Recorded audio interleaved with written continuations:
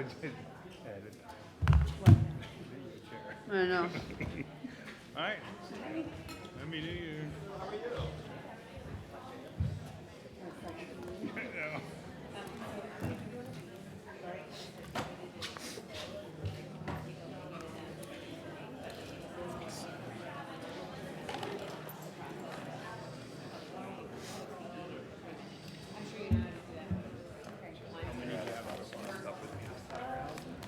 This meeting is going to go a long time. What's that? Do we want to do a little bit of a push down? Yeah. Try and, yeah. I'm going to push down a little bit so we can give Gail some time. Yeah, it is what it is. Thank you.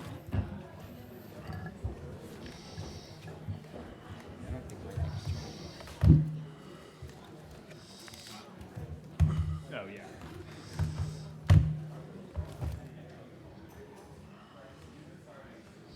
Just remember, since your mic stuck off. Thank you.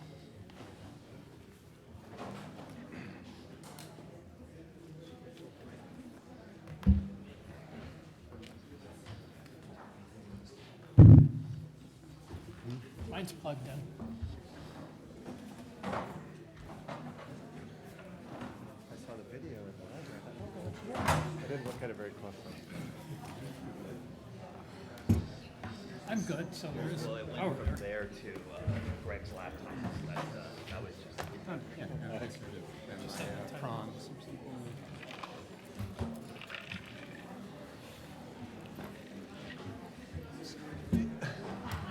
It's Margaret.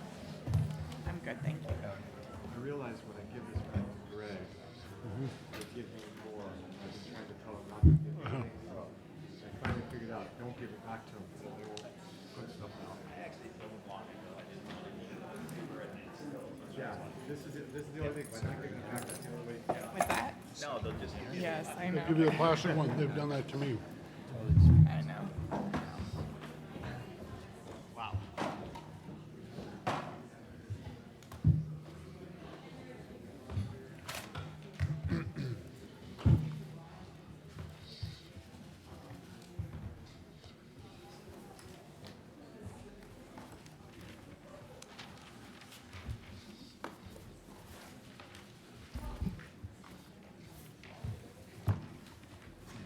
Okay, it's 7:08. We will reconvene from our closed session.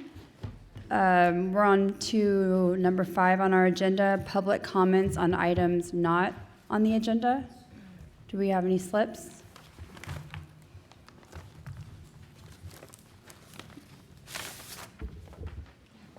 I believe all the speaker slips submitted are pertinent to the item on the agenda. Okay. And then we'll move on to the consent calendar. Oh, we already adopted the consent calendar, I think. Did we? No, do I have a motion to adopt the consent calendar? So moved? Second. All in favor? Aye. Aye. Motion carries. Item 7A, new public hearings, application LO 311 Terraces of Lafayette O'Brien Land Company, LLC, and Family Trust. And I'll just make a comment right now that if you have not attended one of our meetings before, we have public speaker slips in the back of the room, and you need to fill one of these out, and then everyone's allowed to speak for 3 minutes, and I will be calling people up to the podium. You have 3 minutes, state your name and address before you start speaking, but they're back there, and so please fill one out if you plan to speak. Okay, so we're ready for a staff report. We did have one refusal. We should announce before. Oh, okay. Yeah, Stella Weatherspoon, Transportation Circulation Commissioner. I'm going to be recusing myself from hearing this because I've made some critical comments back in 2013, and I did not attend the 6 p.m. closed session regarding this. Thank you. Thank you.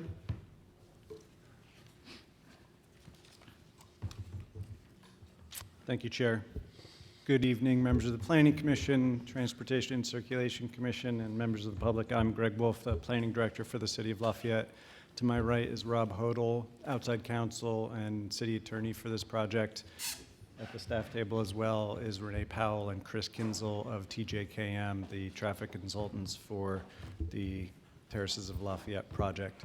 A word about the TJKM. They were the traffic consulting firm that conducted the study and analysis for the original Terraces of Lafayette EIR, which was certified in 2013.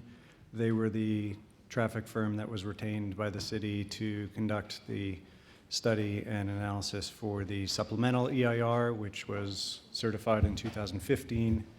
And we retain them once again, given their familiarity with it.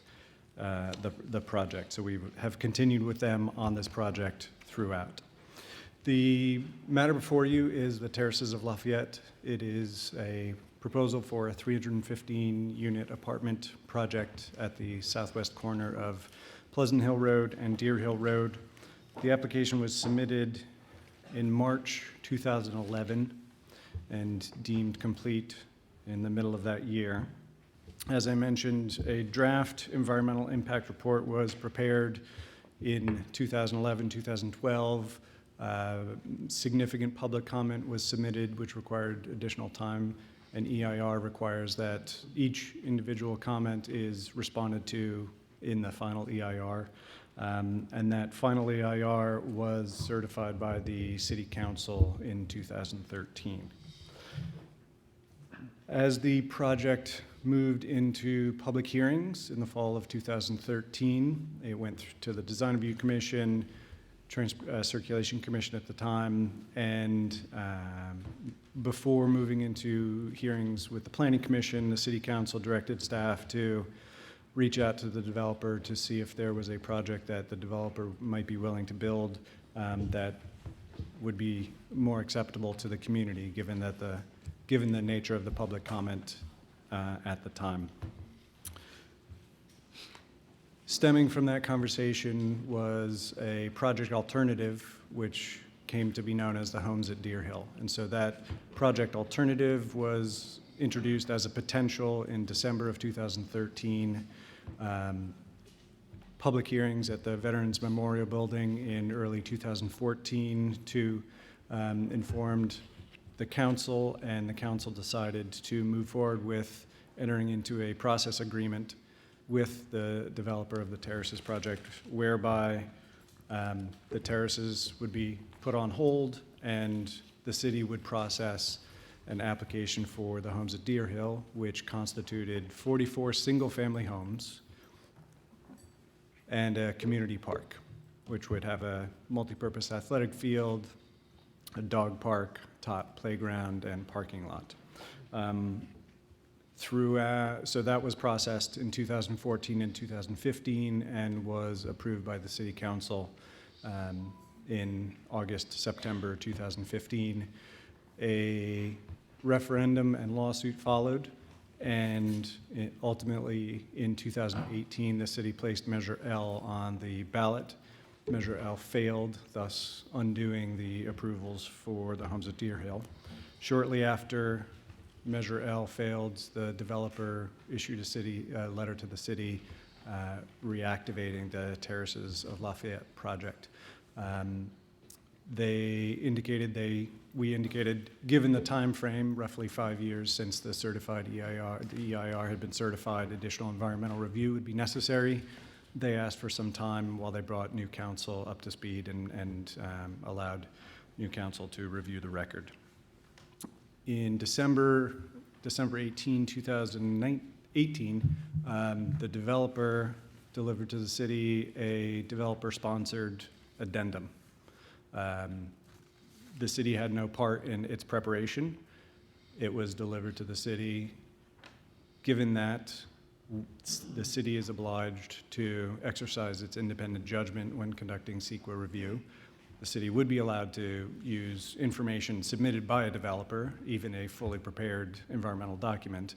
It's not been the city's practice to do so. The city's practice has been to take it in-house under the city's direction to have it done either by staff or a consultant. And so the city engaged Impact Sciences to review that addendum, and that the memo with their determination and conclusions is attached to your staff report. So given that it was deemed insufficient, we retained Impact Sciences to prepare a city-directed addendum, and that is nearing its completion. It should be done within the next month to 6 weeks. The first component of that is the traffic impact study report that TJKM prepared, and we wanted to bring that forward to you, given that it is complete, and given that transportation and circulation matters are some of the most salient and to the project and its review. So with that, I will turn it over to Renee Powell and Chris Kinzel of TJKM, who can take us through the summary findings of the report.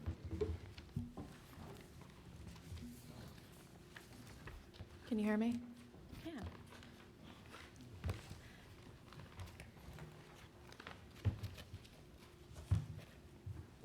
Hand me a mouse so I can scroll.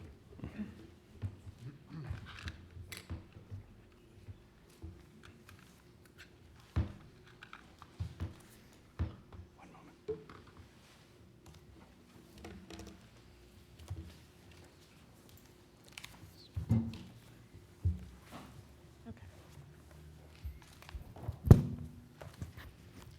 Okay, so TJKM prepared the traffic impact study for the Terraces of Lafayette. First off, as Greg mentioned, we did the 2012 traffic study, which was certified, or which was incorporated into the certified environmental impact report in 2013. We also conducted the traffic study for the homes at Deer Hill. Sorry. Is that better? Okay. Okay. So TJKM did the 2012 traffic study, which went into the certified FEIR in 2013, and we did the traffic study for the homes at Deer Hill in 2015.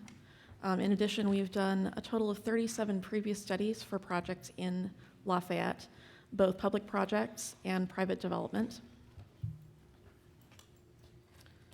This is an annotated site plan. I believe it is included as an attachment to the staff report. Key changes that were made between 2011 and the current revised site plan that we evaluated.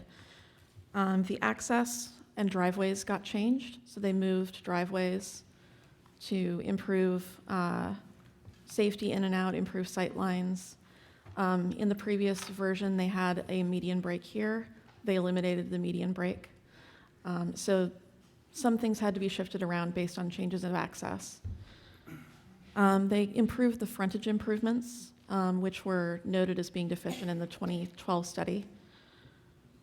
They added more internal walkways, and they revised the design of internal corners and turning radii to eliminate truck impacts. Also, the proposed project would include a southbound trap lane. I'll define it on the next slide. I'll get to that in a moment.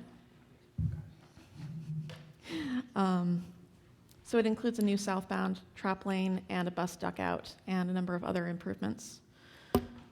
So we used the same study area for the study that we did in 2012, which included doing traffic counts at 17 different locations on Deer Hill Road and Pleasant Hill Road. 14 of those were intersections where we did further analysis.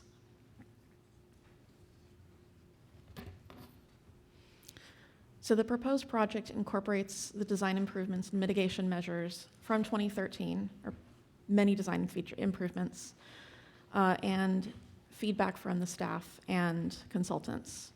It also adds a new southbound trap lane, which is a through lane which terminates at a mandatory turn, such as a freeway on-ramp. So for this project, it would start north of the intersection, go south, and then it would go directly onto the freeway on-ramp. We also studied a project variant, which would be identical in all ways to the proposed project, but with no trap lane. It would have all the same frontage improvements and access changes. So we studied a number of things based on the scope of the 2012 study and professional practice. So we looked at intersection level of service, which looks at the average seconds of delay per vehicle at an intersection. We studied intersection and driveway queuing operations. We looked at the delay index on two routes of regional significance, Pleasant Hill Road and State Route 24. The delay index is the ratio of congested travel time to uncongested travel time. The higher the delay index, the higher the congestion. We also looked at on-site parking supply and design, passenger loading and on-street parking, especially around the high school, emergency vehicle response times, particularly on Pleasant Hill Road, compliance with the Lamarinda Action Plan, and construction impacts. The Lamarinda Action Plan is a regional level document. It addresses regional transportation issues in Lafayette, Orinda, Moraga, and nearby unincorporated county areas.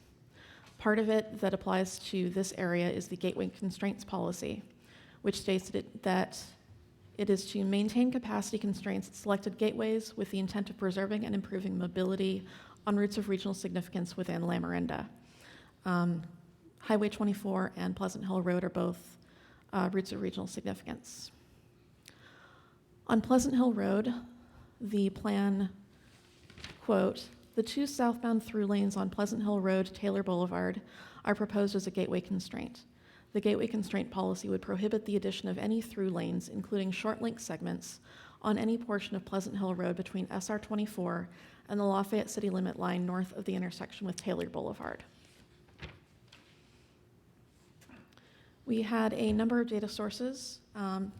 One of the purposes of this study was to look at updated data and revised modeling. So we did turning movement counts at those 17 locations. We did new field observations, particularly of morning passenger loading operations. We used the current CCTA travel demand model, worked very closely with CCTA on that. We used trip generation data published by the Institute of Transportation Engineers, which I'll get back to in a moment. We were given emergency response time statistics for 2018 by the Contra Costa Fire Protection District, and we referenced public data and reports from agencies including CCTA and BART.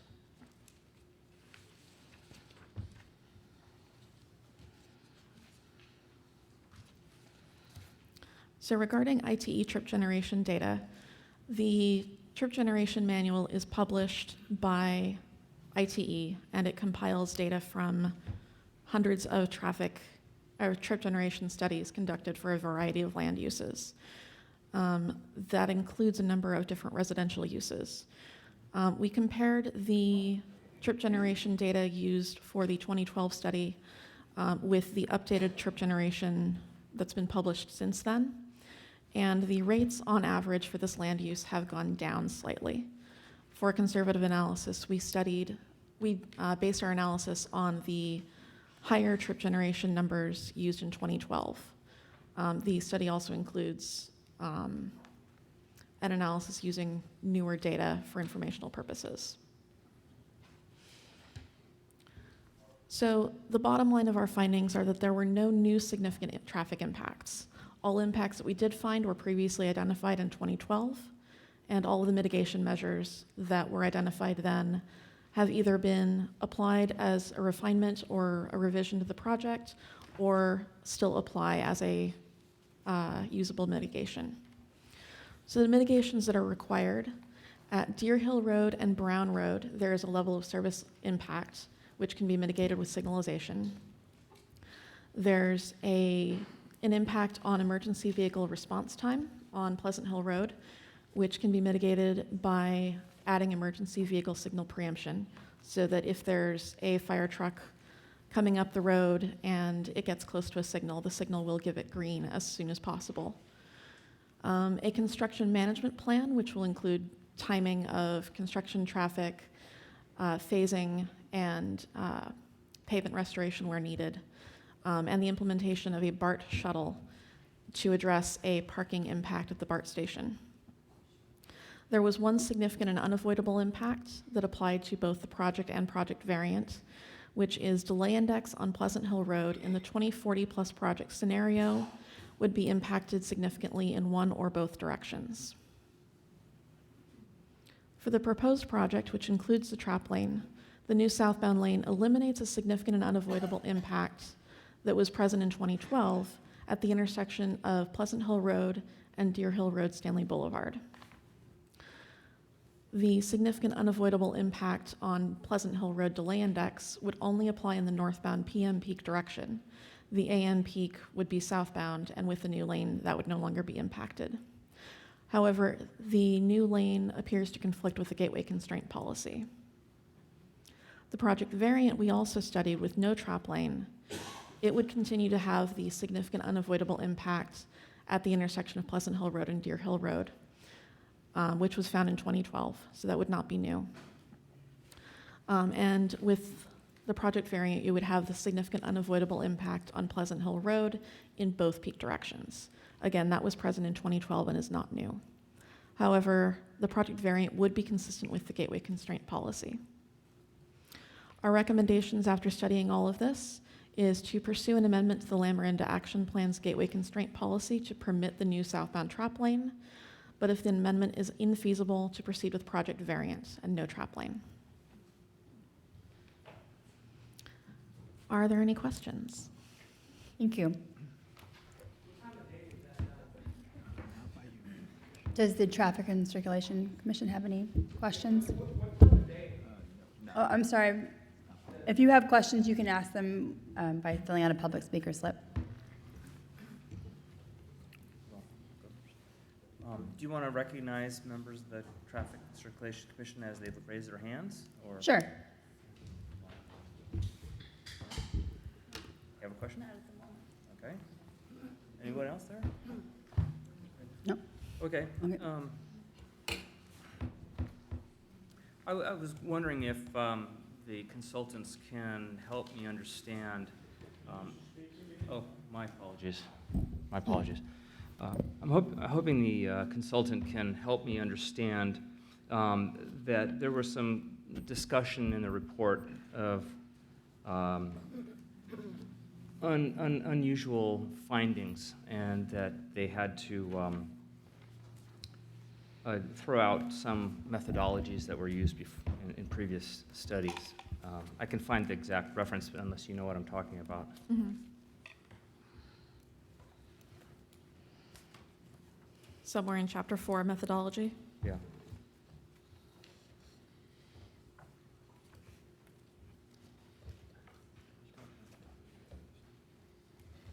Are you referring to the use of the CCTA travel demand model or something else?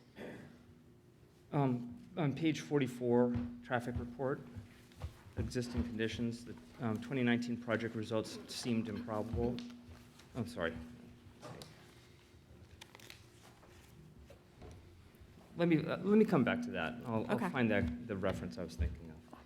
Oh, I believe you're referring to the monitoring results from the more recent Lamarinda monitoring report being anomalous? Yes. Okay. That's right. I can address that if you'd like. So for the Lamarinda Action Plan area and other plan areas, CCTA does periodic monitoring reports to look at how well the plan area is meeting or not meeting various multimodal transportation service objectives. On the most recent monitoring report, which was 2017, they used a different methodology for collecting travel time than they had in the 2013 monitoring report. The source that they used was INRIC's aggregated anonymized data, which I believe uses cell phones. And normally INRIC's is a pretty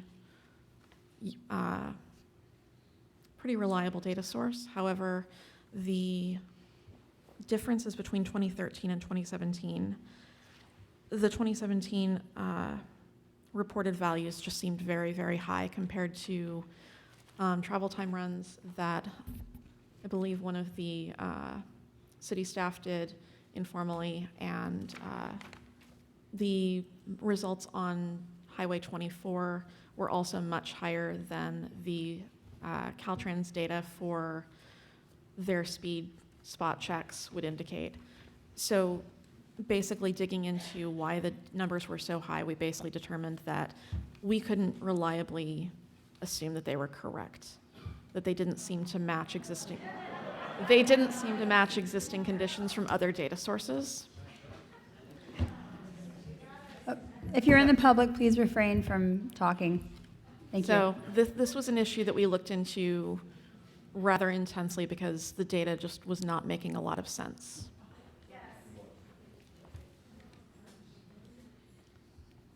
So this is something where you could we could get new data for our next. I'm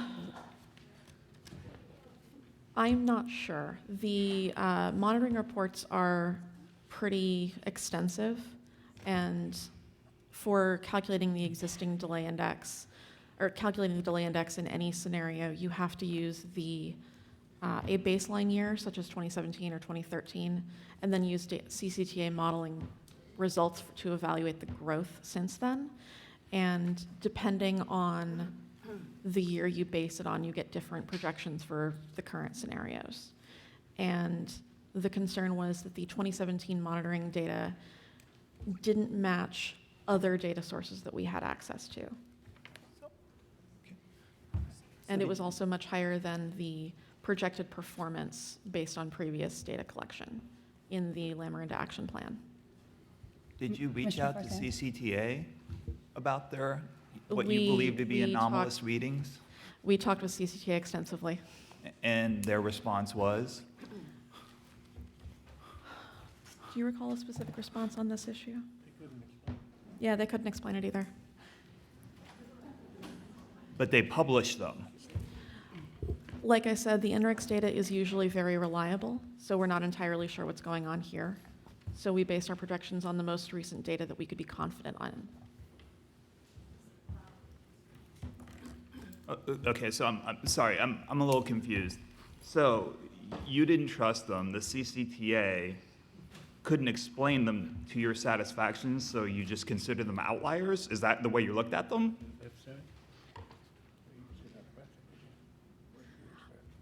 So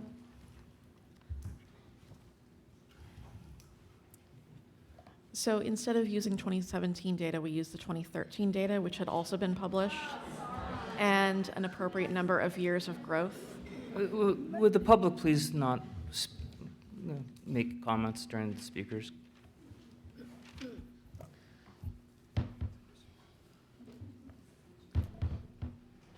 So you said instead of using the 2017 data, which was this data set that didn't seem to align with the previous data set, you used 2013, and there's no data set for 2018?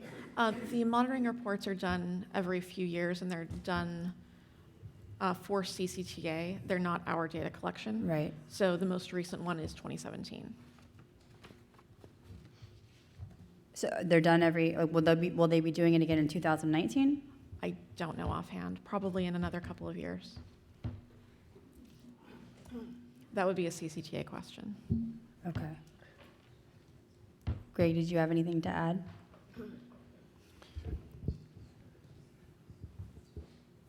I think that just to explain my understanding of it is anytime you are using a model, you want to make sure that the model is calibrated, and when it initially ran, it was giving wildly erroneous, not aligned with reality results.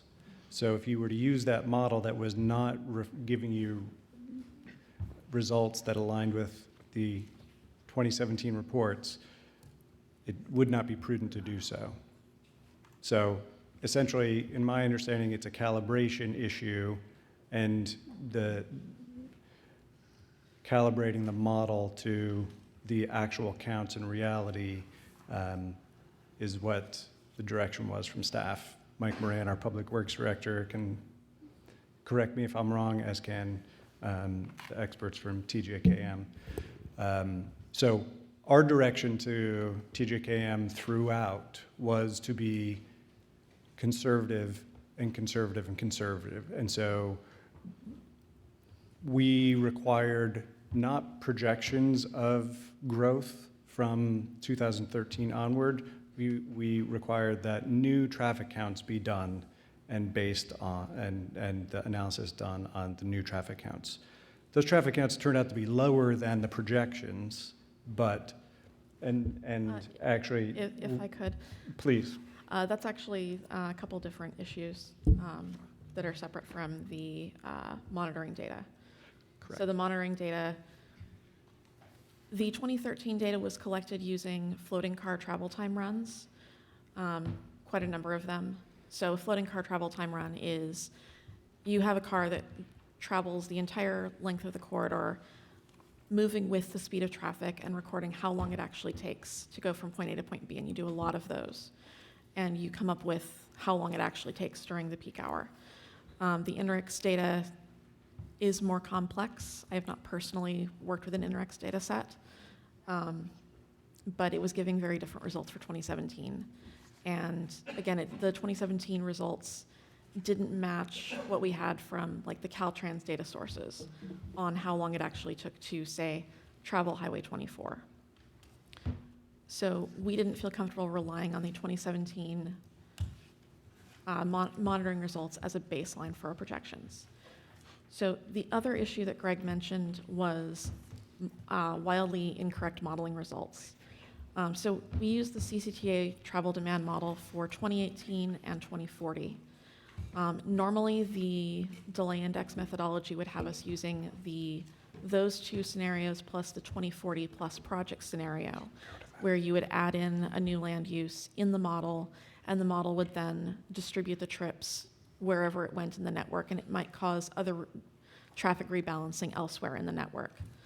The problem was, we worked with CCTA and our senior modelers extensively on this issue, was that there seemed to be a problem in the trip assignment step. And so we couldn't use, this is addressed in chapter 4 under methodology. We basically couldn't rely on the plus project version of the travel demand model. So in consultation with city staff and CCTA staff and the consultant who operates the model and manages the model for CCTA, we concluded, and